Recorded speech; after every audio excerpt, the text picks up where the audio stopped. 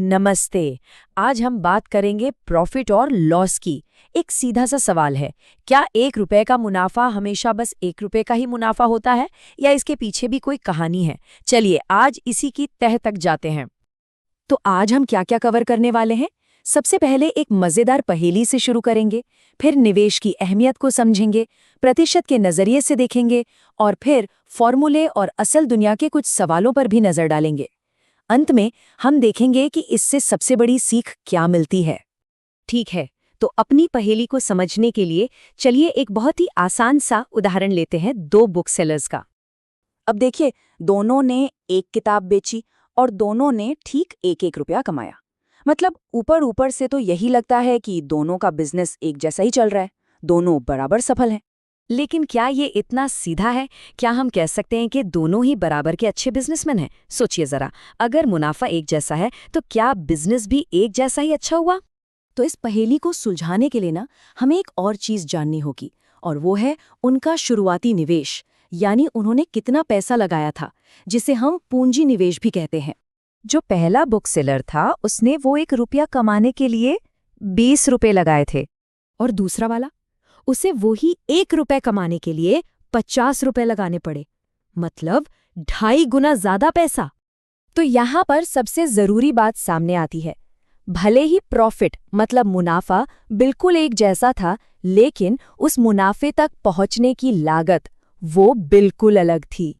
और यहीं पर प्रतिशत यानी परसेंटेज एक बहुत काम की चीज बनकर सामने आता है। इससे हम बिजनेस की परफॉर्मेंस को ज्यादा सही तरीके से नाप सकते हैं। चलिए पहले सेलर का हिसाब लगाते हैं। 1 रुपए का प्रॉफिट 20 रुपए के निवेश पर, तो जब हम इसका परसेंटेज निकालते हैं तो वो आता है 5%। अब दूसरे सेलर का देखते हैं। 1 रुपए का प्रॉफिट लेकिन 50 रुपए के निवेश पर।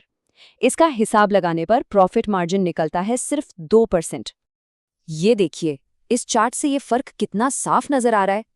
पहले वाले सेलर का बिजनेस अपने लगाए हुए पैसे से प्रॉफिट बनाने में दूसरे वाले से 2 गुने से भी ज्यादा एफिशिएंट है, मतलब ज्यादा कुशल है।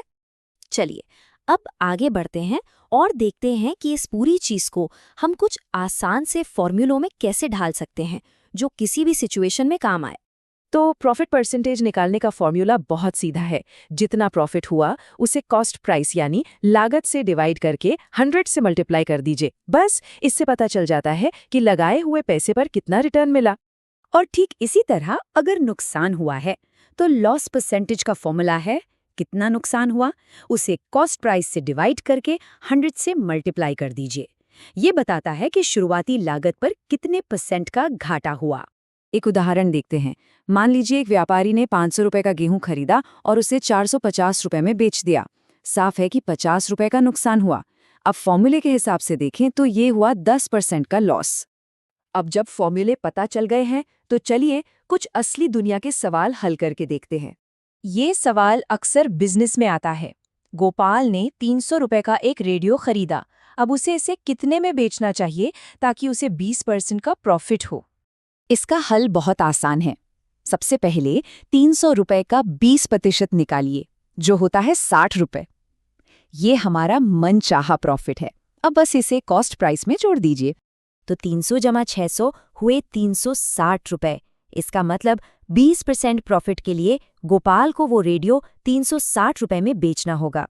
तो इन सारे उदाहरणों के बाद सबसे बड़ी और जरूरी बात क्या है जो हमें याद रखनी चाहिए? सबसे पहली बात, सिर्फ प्रॉफिट का नंबर जैसे कि 1 रुपया देखकर धोखा हो सकता है। दूसरी, बिजनेस कितना अच्छा है ये इस बात पर बहुत निर्भर करता है कि उसमें पैसा कितना लगा है, और इसीलिए परसेंटेज हमें सही तस्वीर दिखाता है, और यही फॉर्मूले हमें सही कीमत तय करने में मदद करते हैं। तो अगली बार जब भी कोई किसी बिजनेस के प्रॉफिट की बात करे तो सिर्फ ये नहीं सोचना है कि कितना कमाया, बल्कि ये भी सोचना है कि कितना लगाकर कमाया। यही असली नजरिया है।